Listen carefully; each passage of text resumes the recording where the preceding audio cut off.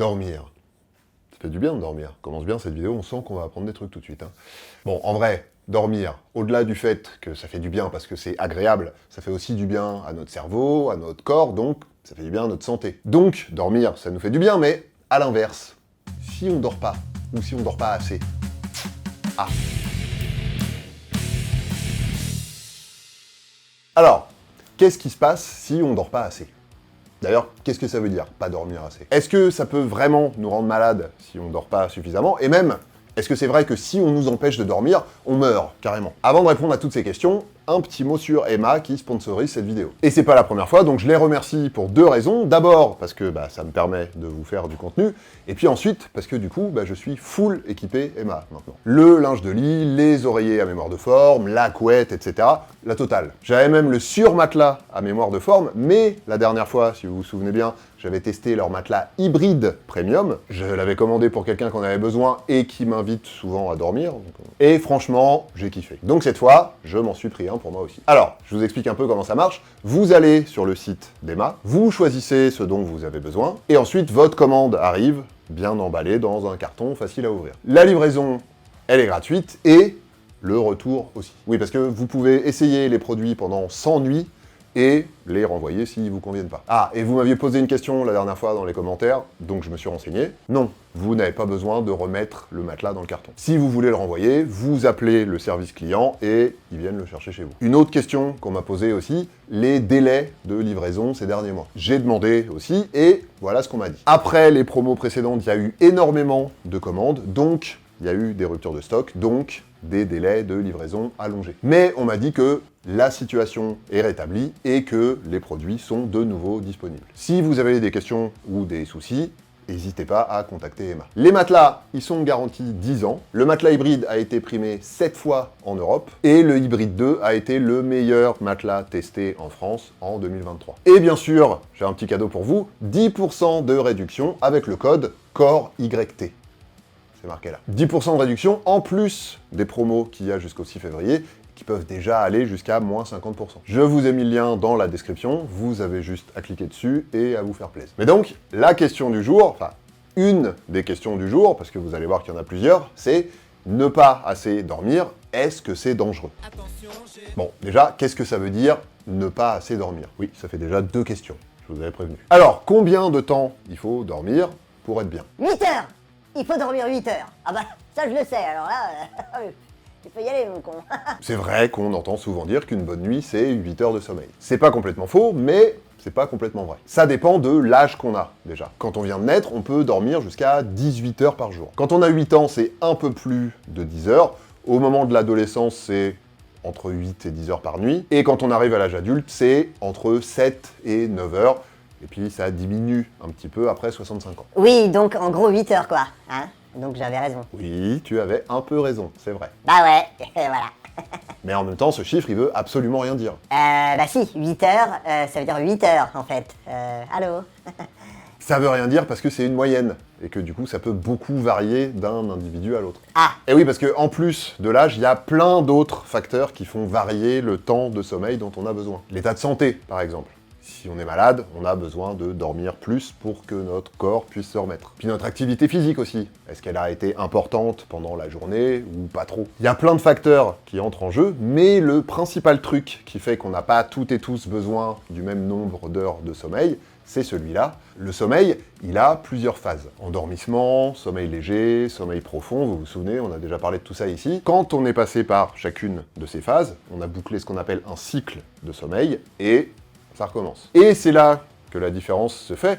Non seulement on n'a pas toutes et tous des cycles de la même durée, mais en plus, on n'en a pas le même nombre par nuit. On dit qu'on aurait entre 3 et 6 cycles par nuit, et qui dureraient chacun entre 1 et 2 heures environ. Vous voyez, ça peut vite faire des gros écarts. Donc il y en a qui sont en forme après genre 6 heures de sommeil, et il y en a d'autres qui ont besoin de 9-10 heures. C'est comme ça. Par contre, ce qu'on sait, c'est qu'en dessous de 6 heures de sommeil, les problèmes commencent. On est en dette de sommeil, comme on dit. On va parler des conséquences, mais avant, il y a un truc qui est au moins aussi important que la quantité, que le nombre d'heures dormies, c'est la qualité du sommeil. Le problème, c'est que c'est pas facile à évaluer, vu que par définition, pendant ce temps-là, on dort, quoi. On n'est pas forcément objectif, et puis on peut même avoir un ressenti complètement faussé. Il y a des gens qui peuvent avoir l'impression d'avoir passé une nuit horrible, genre de pas avoir fermé l'œil pratiquement, alors qu'en fait, pas du tout. Ça, par exemple, ça s'appelle une insomnie paradoxale. Heureusement, il y a des moyens de déterminer objectivement la quantité et la qualité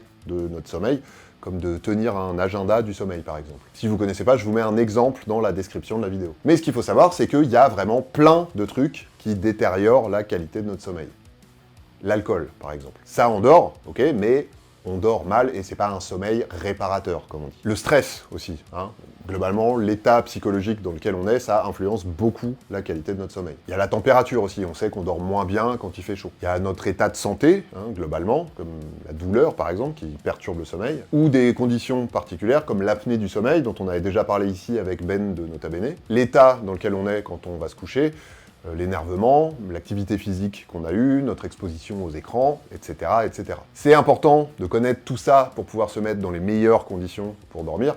On avait parlé de ça aussi dans une autre vidéo, je vous la remets aussi. Donc, il n'y a pas assez dormir, mais il y a mal dormir aussi. Les deux ont des conséquences. Bon, ok, mais du coup, c'est dangereux ou... Parce que, bon... Bon, déjà, si on dort pas assez ou qu'on dort mal, il y a des trucs qui sont assez évidents, qui sautent aux yeux et dont on se rend compte tout seul assez facilement. On manque d'énergie, à la fois physiquement et psychologiquement. Au niveau de l'humeur, c'est pas ouf non plus, on est irritable, on n'a pas trop le moral, etc. On a du mal à se concentrer et à réfléchir de façon efficace. Nos gestes sont moins précis, moins bien coordonnés que d'habitude. Bref, il y a tout un tas de signes physiques et psychologiques qui montrent qu'il y a quelque chose qui, manifestement, se passe pas aussi bien que d'habitude. Et ça, dès la première mauvaise nuit. Donc ça, c'est bien le signe qu'il se passe quelque chose de pas génial, mais à long terme.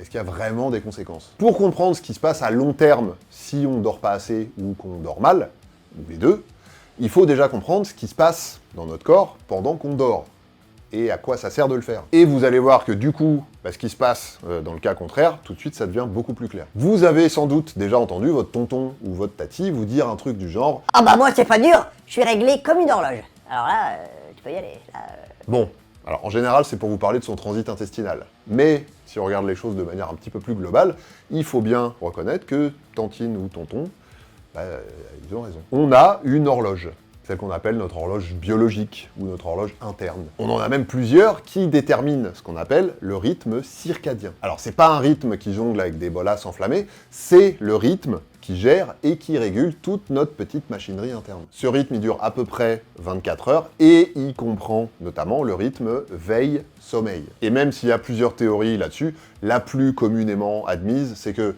la veille c'est pour agir et le sommeil c'est pour récupérer. Concrètement, quand on dort, tout notre organisme y fonctionne au ralenti. Nos muscles se relâchent complètement, notre activité cérébrale ralentit de plus en plus, notre cœur et notre respiration aussi, et même notre température diminue. Et tout ça, ça va nous permettre, 1, de faire le ménage, et 2, de réparer ce qui a été utilisé pendant la journée. Comme par exemple, éliminer les déchets et les substances nocives générées par nos activités de la journée. L'acide lactique par exemple. On en a besoin pour faire marcher nos muscles, mais si on en a trop, après avoir fait du sport par exemple, ça peut provoquer des douleurs, des crampes, voire des trucs un peu plus graves. Et puis il y a notre cerveau aussi qui en profite pour éliminer ses déchets à lui, et pour faire le ménage dans son réseau de neurones. On sait que le sommeil, ça permet de faire le tri et de renforcer notre mémoire, mais aussi de réorganiser nos connexions neuronales. Ça renforce notre cerveau, ça le rend plus efficace. Mais pendant qu'on dort, notre corps, il se contente pas d'évacuer des trucs toxiques,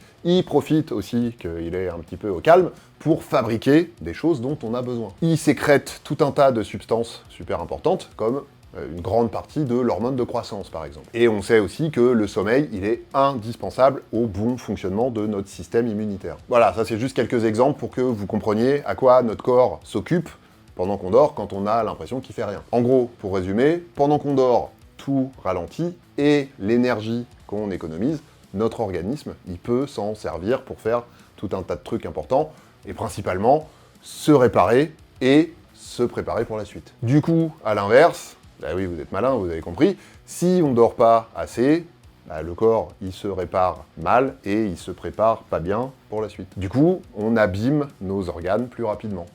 le cœur, le cerveau, etc. Parce qu'en plus de pas bien récupérer, en plus de pas éliminer les déchets, quand on dort mal ou qu'on dort pas assez, on sécrète aussi des substances nocives. Par exemple, des substances qui augmentent le risque de maladies cardiovasculaires, au niveau du cœur et des vaisseaux donc. Et aussi le risque d'obésité. Par exemple, on sait que quand on est en dette de sommeil, on est plus facilement attiré par les aliments gras et les aliments sucrés. À plus ou moins long terme, pas assez de sommeil ou un sommeil de mauvaise qualité, ça a des conséquences négatives sur notre santé. Celles dont je viens de parler donc, mais aussi, ça augmente le risque de faire un AVC, ça augmente le risque de se blesser, au niveau des muscles et au niveau des os, ça nous rend plus vulnérables aux infections et même à certains cancers, le système immunitaire, vous vous souvenez. On a aussi plus de risques de développer certaines maladies, comme le diabète de type 2 par exemple. Ça diminue nos capacités cognitives, c'est-à-dire la capacité à apprendre des choses, à réfléchir de façon efficace, notre mémoire, etc. Ça a un impact fort sur notre état psychologique. Ça favorise les états dépressifs, par exemple. Chez les enfants, ça peut perturber la croissance. Et chez les adultes, un déficit en hormones de croissance, ça a des répercussions sur la force musculaire, la solidité des os, etc., etc. Bref, vous avez compris, ne pas dormir assez ou pas assez bien, ça a plein de conséquences négatives. Ah, et donc si on dort pas, bah on meurt carrément, c'est ça? Bah, il y a plusieurs expériences qui ont été menées sur le sujet. Oui, on a empêché des gens de dormir pour voir ce que ça faisait. Pour voir s'ils mouraient, par exemple. Chacun ses hobbies, moi je... La plus célèbre, c'est celle de Randy Gardner, un Californien de 17 ans. On en a déjà parlé ici, mais en gros, il est resté éveillé pendant 11 jours sous surveillance médicale. Et non seulement il n'est pas mort, mais en plus, on s'est rendu compte que certains de ses neurones se mettaient en pause pendant que les autres continuaient à fonctionner. Il faisait des tours de garde pour que tout le monde puisse se reposer, en fait. Depuis, il y a d'autres expériences qui ont été menées et qui ont toutes déduit que ne pas dormir, non, ça ne nous tue pas. Pas tout de suite, en tout cas, hein, parce qu'on a vu qu'à long terme, ça diminue quand même pas mal notre espérance de vie. Mais par contre, il y a un truc qui arrive très très rapidement avec la privation de sommeil, c'est les effets psychologiques. D'ailleurs, c'est utilisé comme torture. Confusion, délire, hallucination, paranoïa, état dépressif, etc. Quand on dort pas, direct, ça arrive au bout de quelques jours. Et vous avez peut-être entendu parler d'une expérience appelée le Russian Sleep Experiment, qui a été menée dans les années 40. On avait enfermé 5 prisonniers russes dans une pièce, qui était régulièrement remplie d'un gaz qui les tenait éveillés, et on leur avait fait croire que s'ils arrivaient à ne pas dormir pendant 30 jours, ils seraient libérés. L'expérience, elle avait dû être arrêtée parce que les pauvres boucs, soit ils étaient devenus complètement fous, soit ils s'étaient automutilés, soit ils étaient morts. Soit les trois. Et bah le Russian Sleep Experiment, l'expérience du sommeil russe, c'est une creepypasta. Une nouille flippante. Bah, en fait, c'est juste une légende urbaine qu'on se raconte autour d'un feu de camp avant de se faire découper si on vit dans un film d'horreur. C'est une légende urbaine, c'est ça que je veux dire. Bon, mais qu'est-ce qu'on retient de tout ça? Que si on dort pas du tout, on meurt pas tout de suite, mais on devient fou et on meurt plus jeune. Que si on dort pas assez, ça permet pas à notre corps de se remettre de la journée précédente et de se préparer à la journée suivante, et que ça a des conséquences négatives sur notre santé. Mais attention, et on va se quitter là-dessus, il y a plusieurs études qui ont montré que trop dormir, c'était aussi mauvais que pas assez dormir. Donc, en gros, moins de 6 heures, c'est pas assez, plus de 9-10 heures, c'est trop. Mais évidemment, c'est des moyennes, hein. Il y a toujours des cas particuliers, commencez pas à gueuler. Voilà, DTC, c'est fini pour aujourd'hui, on se retrouve très vite pour de nouvelles vidéos. D'ici là, prenez soin de vous et prenez soin des autres, mettez-vous bien, et surtout, j'entends rien, portez-vous bien.